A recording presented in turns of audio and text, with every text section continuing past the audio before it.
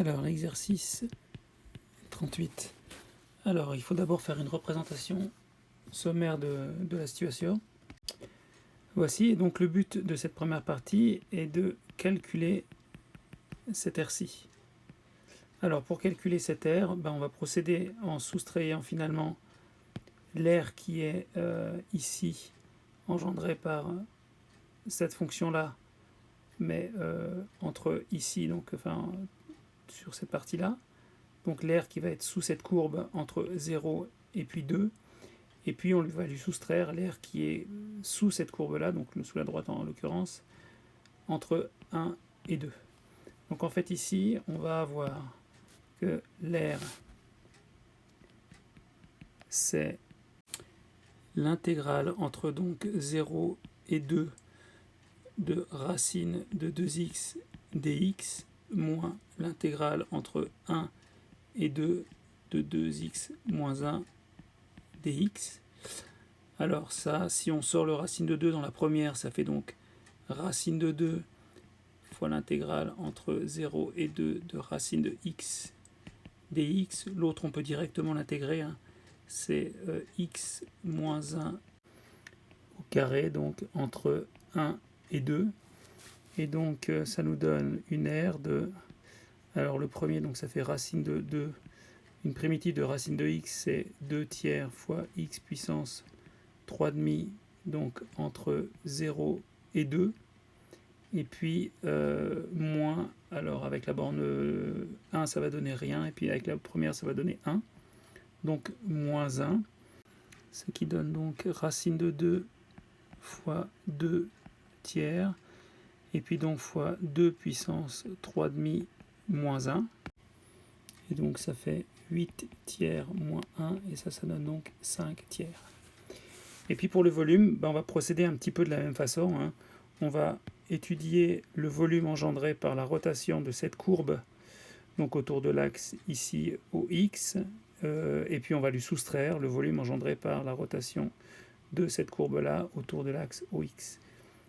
Donc ça nous donne que ici on a un volume, donc ça c'était le 2, ça c'était le 1, et puis donc le 3.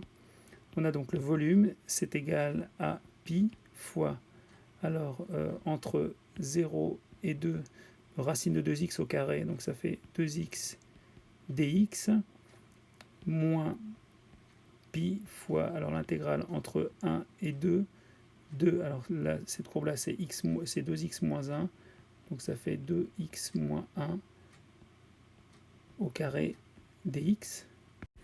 Alors ça fait donc, pour la première, c'est pi fois x2, donc entre 0 et 2, donc moins 4 pi, puis une primitive de x moins 1 au carré, c'est x moins 1 au cube sur 3, donc sur 3, et puis ici, donc ça fait x moins 1 au cube entre 1 et 2. Et donc ça donne, alors pour la première, ça fait 4 pi, et puis donc moins 4 pi sur 3.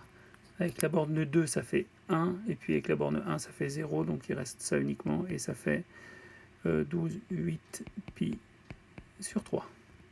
Et donc pour l'exercice 40, il va s'agir donc de calculer des intégrales impropres, là, puisqu'on a des volumes avec des domaines non bornés. Donc pour le premier, on va devoir calculer le volume, donc pi fois, alors c'est pour x supérieur à 1, c'est pour le demi-plan pour x supérieur ou égal à 1, donc de 1 jusqu'à plus l'infini.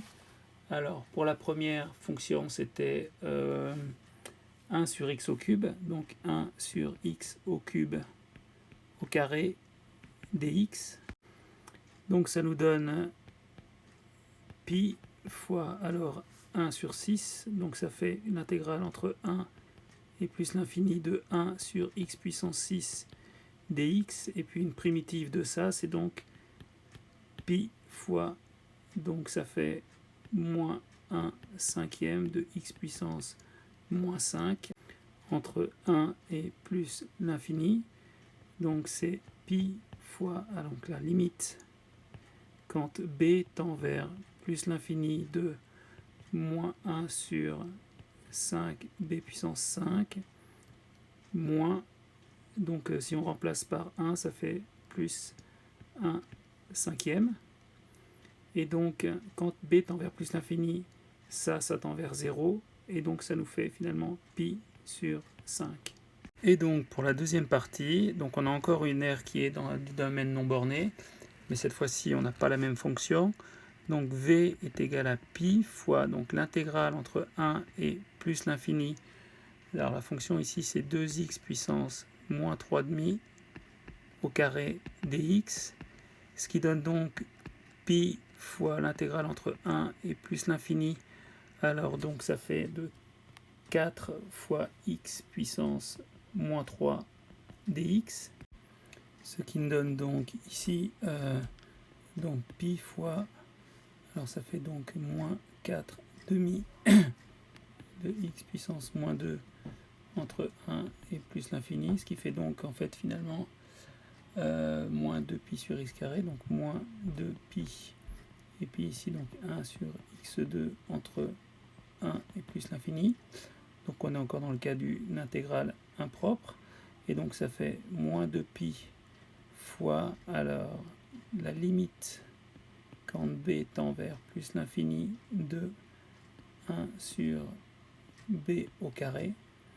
Et puis moins avec la borne 1, ça fait donc moins 1. Quand b tend vers l'infini, tout ça, ça tend vers 0. Et donc ça fait 2 pi.